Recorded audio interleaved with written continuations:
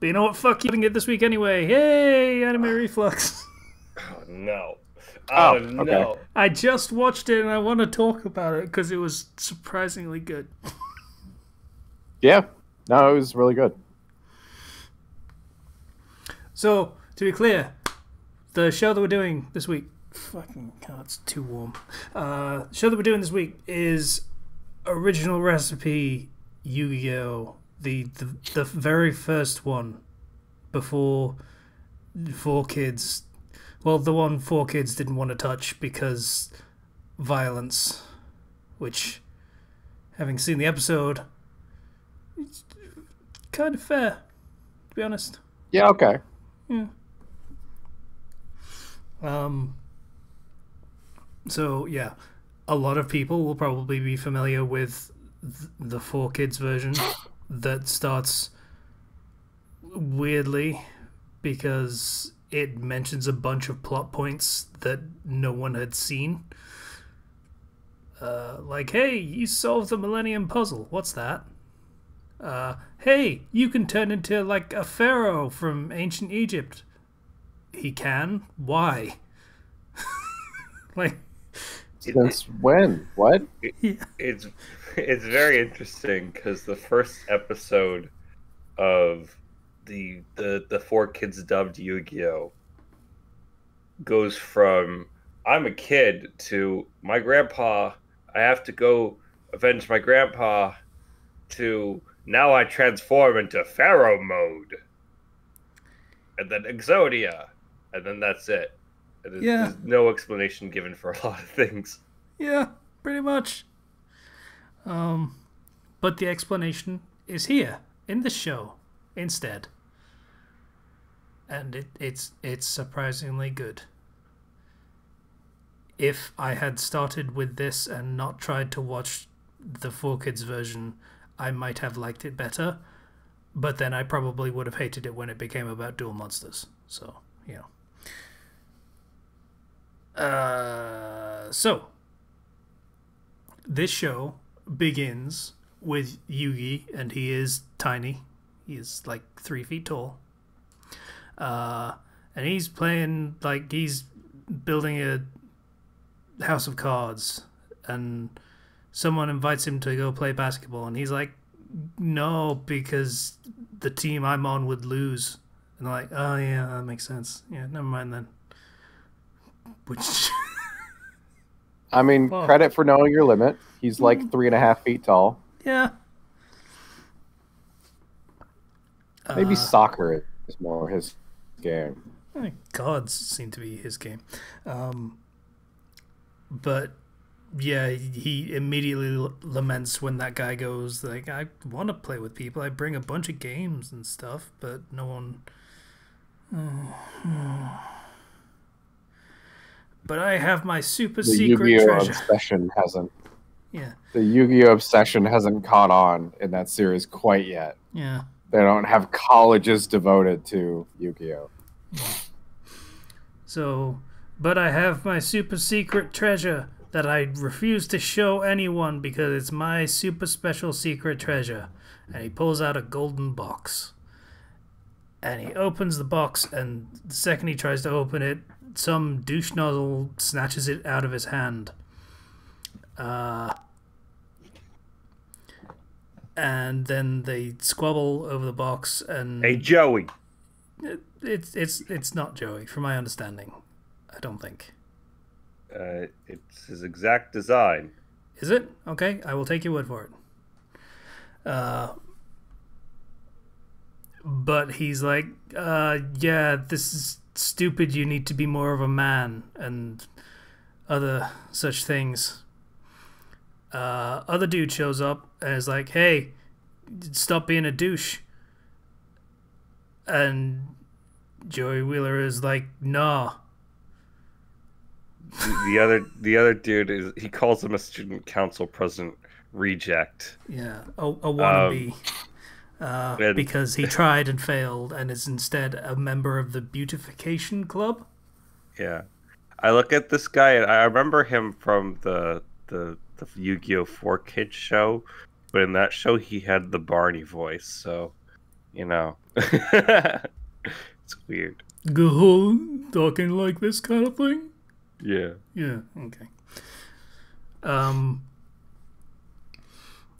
So yeah, more squabbling happens, and then girl shows up and she snatches the box and is like, "Hey, you guys need to stop being douchebags." Also, there's another girl here who looks completely lost for some reason. And the guys kind of start fawning over this other girl and run away to buy her lunch or something stupid. And then the first girl, whose name is Anzu, which I assume is to go along with the Egyptian thing. I think that's an Egyptian thing.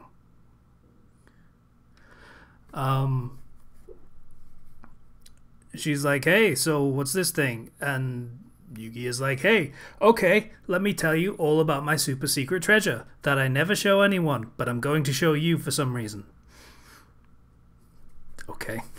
Like, took no convincing, but alright. And he does, and it's a puzzle, and it's like, if the person that solves this, maybe they get a wish or something, which is basically nothing. But that's what he wants it to be. We cut to the douche nozzle and the not quite as douche nozzle, and they get hassled by a dude who is 8 feet tall.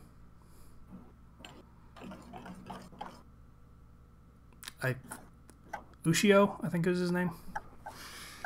And he's like a disciplinary committee guy, you know, with the whole red armband thing, which is, let's call it charged imagery.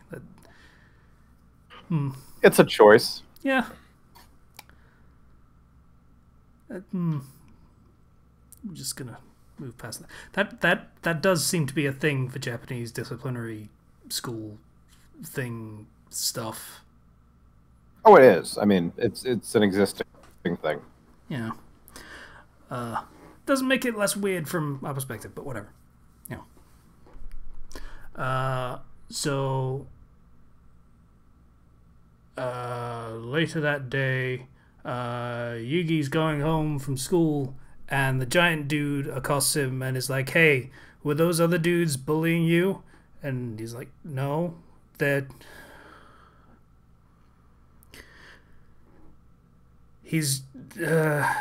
Joey Wheeler is just trying to make me more of a man, which was not a sentiment that sat well with me. Of, hey, he's not bullying me, he's just trying to toughen me up. Okay. Yeah, it's definitely It's a bit of a yikes. I don't even know what to describe that. That's a yikes, is what that is. So Ushio doesn't buy it for a second and is like, "Hey, I'm going to be your bodyguard from now on." He's like, "No, that's okay. No, I'm going to be your bodyguard. Everything's going to be aces from now on." This whole thing takes a weird turn. So Yugi goes home to his game shop that he lives in, and Anzu is there for some reason. I don't know why she showed up, but she was there. And they talk about the puzzle some more, yada yada, Egyptian stuff. Next day at school, I did miss something. Joey Wheeler stole one of the pieces from the Millennium Puzzle and chucked it in the river because he's a douche. Yeah. I kind of forgot how much of an asshole he is. He's a really real big early asshole. Wow. I mean, maybe that's why they introduced a literal 8-foot hulking monster person to be like the actual villain of the first episode. Yeah. So yeah, he gets to school and Ushio wants to show him something, and it's Joey Wheeler and Honda, and they've been beaten up by the disciplinary committee or whatever. I mean, props for good bodyguarding. That's aggressively good. That's proactive bodyguarding. Proactive. Find the potential threats and end them before he gets here. Yeah. So he's like, no, this is not okay. I didn't ask for this. They're my friends. And stands up to him, and he's like, whatever. So now you have to pay my bodyguarding fee, which is 20,000 yen. Which is $200? $200, yeah. It's a lot of money for, a lot. Kids. But also, it was a kind of surprising turn because I thought he would just be like really aggressive. Like, my first impression of this dude was like the fucking, what are they called? The Body Improvement Club from Mob Psycho. Yeah. He's just like, That I'm would've going to been help amazing. you whether you like it or not, kind of thing. Like, just way too aggressive, but his heart's in the right place. But nah, he's just a douche. I wish that was the case because that would have been a genuinely interesting plot. Because like they are absolutely not his friends at this point in the series. They're just assholes. So you choose between your literal bullies and just this guy who's capable of extreme violence, but he's like weirdly supportive. Yeah, that would have been cool. Oh well. So Yugi goes home and he's back to solving the puzzle, and he's almost done it, and he's like, I 20,000 yen. I don't know, but I'm solving the puzzle. Oh, I've almost done it. Now for the last piece, and he can't find it because what's his name threw it in the river. And at the same time, what's his name is pulling it out of the river. I think was it. And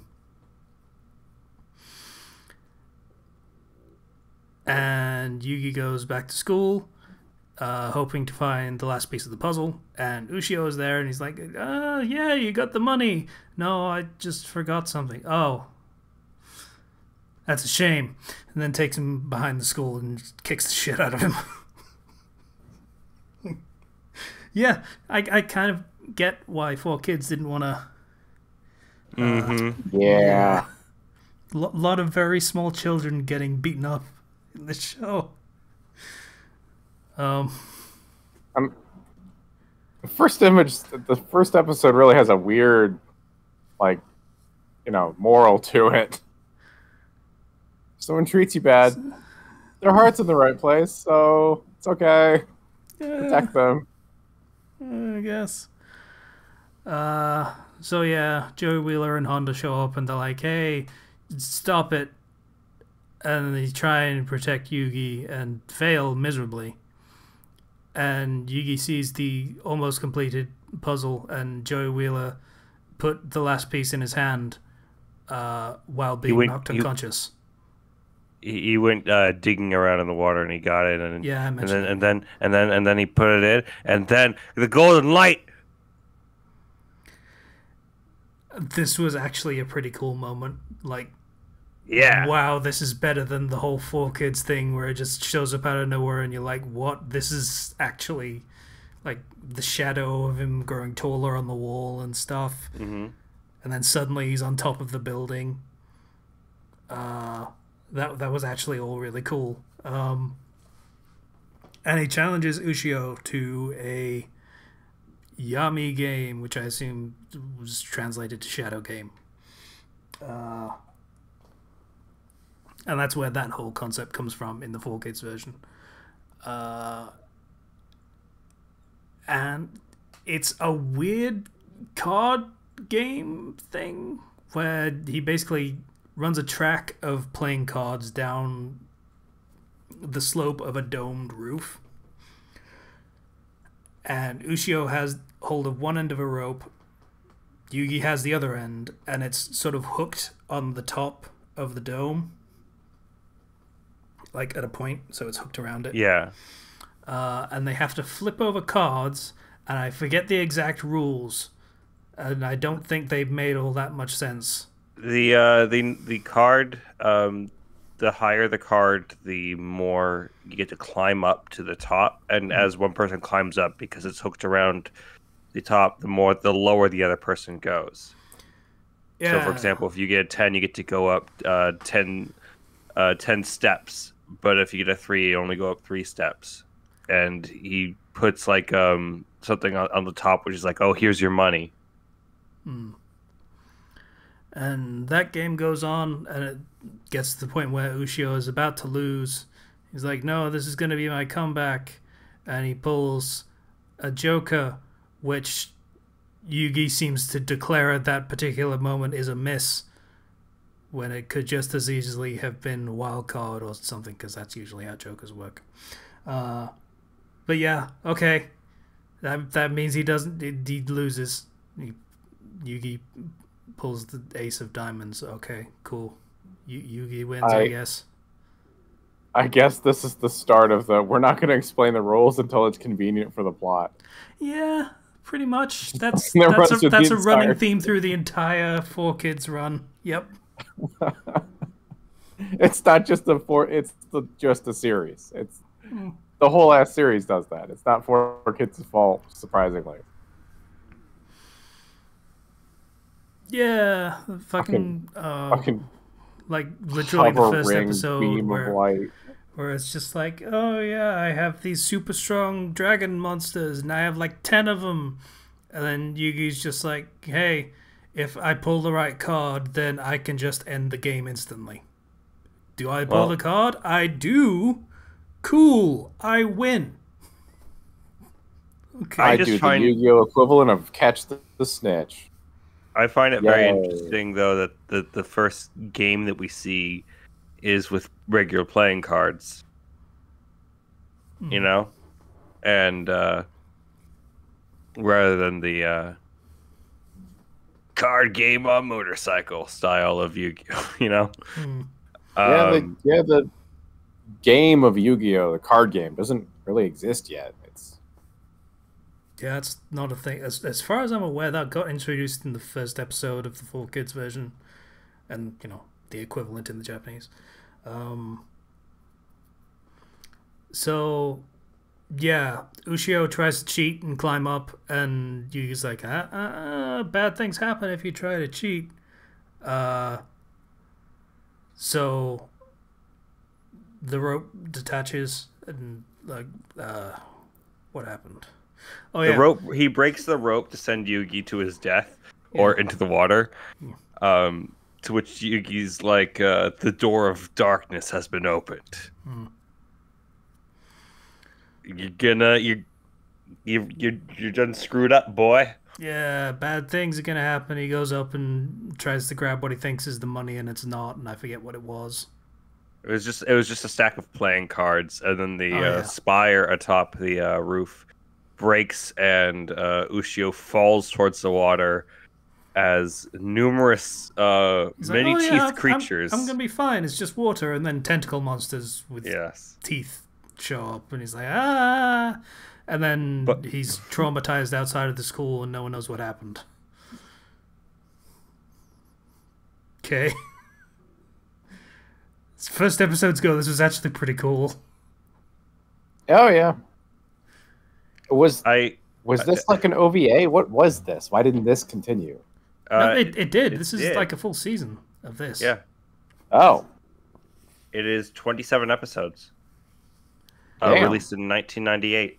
Yeah, this was how I want to say the manga. It was a manga originally, I believe. How it started. It starts off earlier in the manga than the Duel Monsters.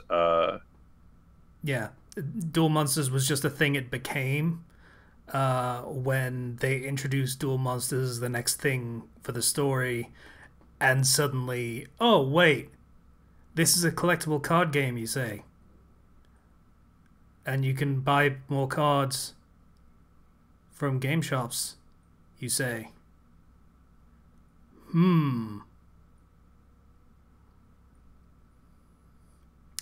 Freaking though, the way Yugi's eyes change when the Pharaoh comes out, I really like that effect.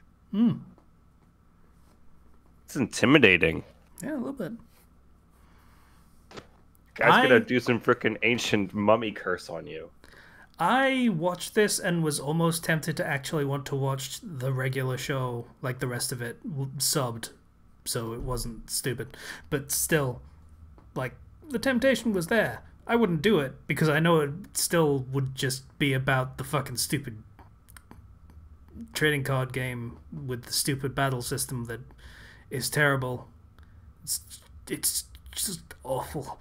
But, yeah, it makes a much better first impression than any of the other entries that I've seen.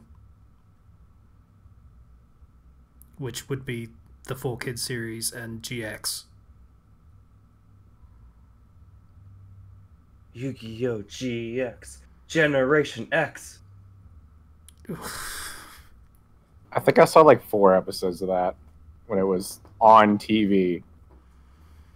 I watched about 10 when I first started getting into anime, and I was like, I watched a good amount of that show. I remember almost nothing except it had a very, very strange fascination with the Karibo monster. Yeah, it tried to make Karibo into kind of a spirit thing. Yeah, that was I don't know what his Japanese name was, but Jaden's thing was just the Karibo. It was a Yu-Gi-Oh! Hogwarts is what it was. It was really weird. It was, yeah. I mean, that was the tipping point of the world itself into like Yu-Gi-Oh! Obsession.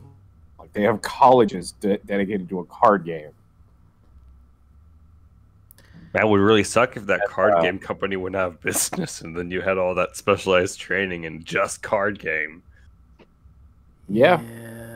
And not like as a career, you're just really knowledgeable about it.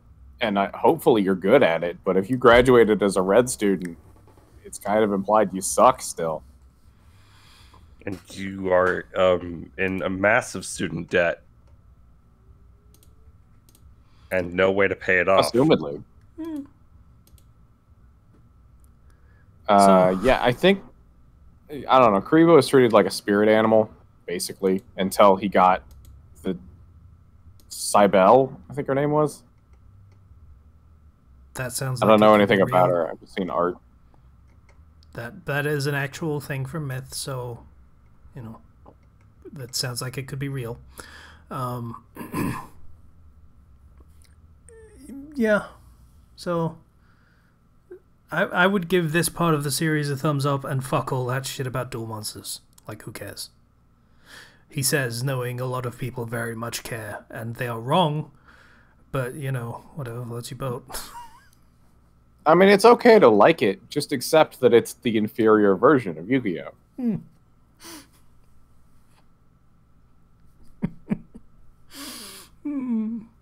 I only learned how to play Yu-Gi-Oh! So I could beat my friend at his own game. Ryu's gonna be so pissed off at this. Does he not like the original series? He just really likes Yu-Gi-Oh! Like the card game, and I've been shitting on it for the entire episode. You know, Shaddy really, really loves Yu-Gi-Oh! Like, the card game and everything. And, you know, it is a series that has, like, the card game at least has been going on for, you know, multiple decades at this point. And it's just gotten really complicated.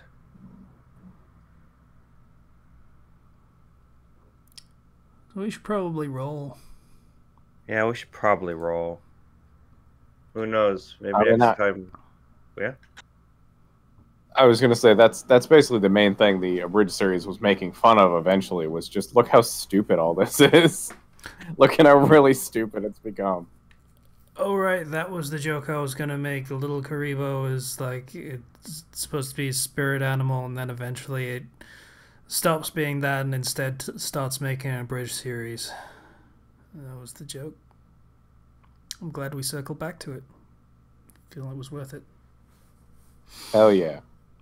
So, Zero, you got the... I rolled 1 out of 26 and the result is 26. That's nice. You should have rolled Oh. 27. Fine, I'll roll 27. 7. Does that make you happy? 7? Yeah. G. G, G, G, G, G.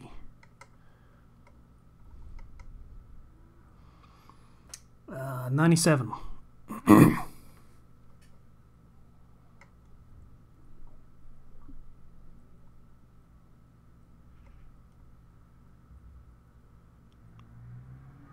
Hello. Okay, 27 you said? 97. 97. Okay. Oh, damn. 66.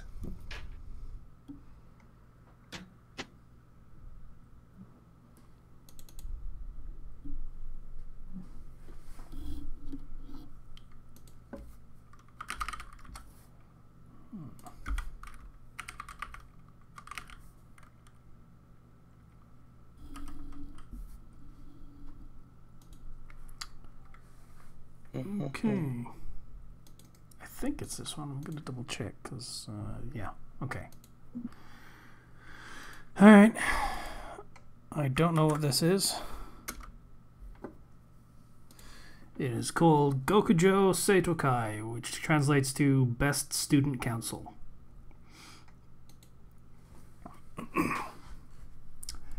Alright. Gokujo Seitokai. Rino Rando is a young girl with a head full of air and a talking puppet on her hand. That's a sentence.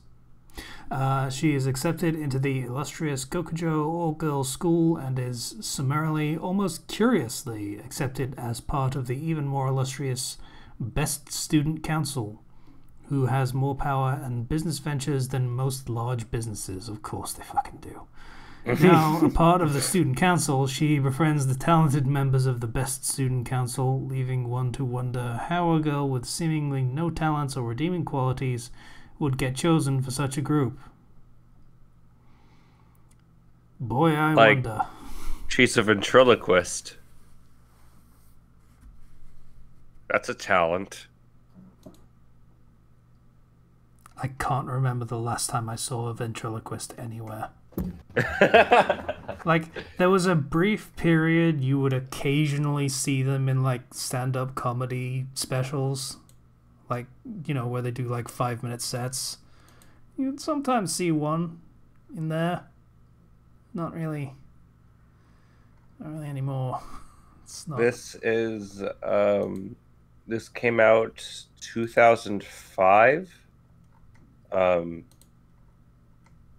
And I think there was a manga that came out around the same time, actually. So I don't think this is a case where it's an adaptation of a manga, because literally the same year the anime and the manga came out. Like February for the manga and April for the anime. Yeah, this was a thing that got a push, then, I guess. And apparently a PS2 dating sim game of the same name based on the anime was also made by Konami. What is this? What is this PS2 dating sim? Okay. All I can imagine is your character walking into a classroom, seeing this woman talking through a hand puppet, and then him just pulling a 180 and walking away. Game over. Nope. I need to find. I'm having trouble finding evidence of this PS2 game, other than just finding random downloads for the ROM. That sounds like you need to make your own evidence there.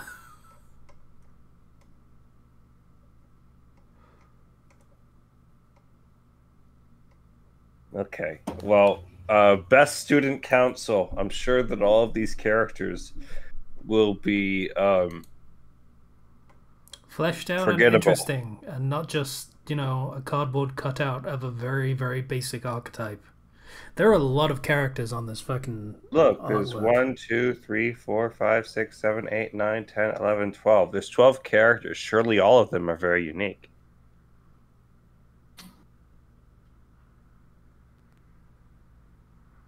Some of them are wearing blue ribbons, and some of them are wearing pink. I'm sure they're very unique and very fleshed out personalities that don't just denote to a single quirk, if they're lucky.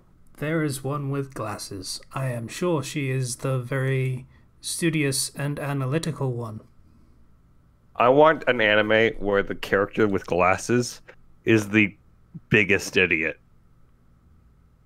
That's happened a lot as of late. They subvert that quite often. Thank you. That's good. Give me more stupid people with glasses. I think it's time to call it an episode. All right. Bye, everybody. Bye. Yu-Gi-Oh sucks. See you guys. It doesn't suck. It sucks.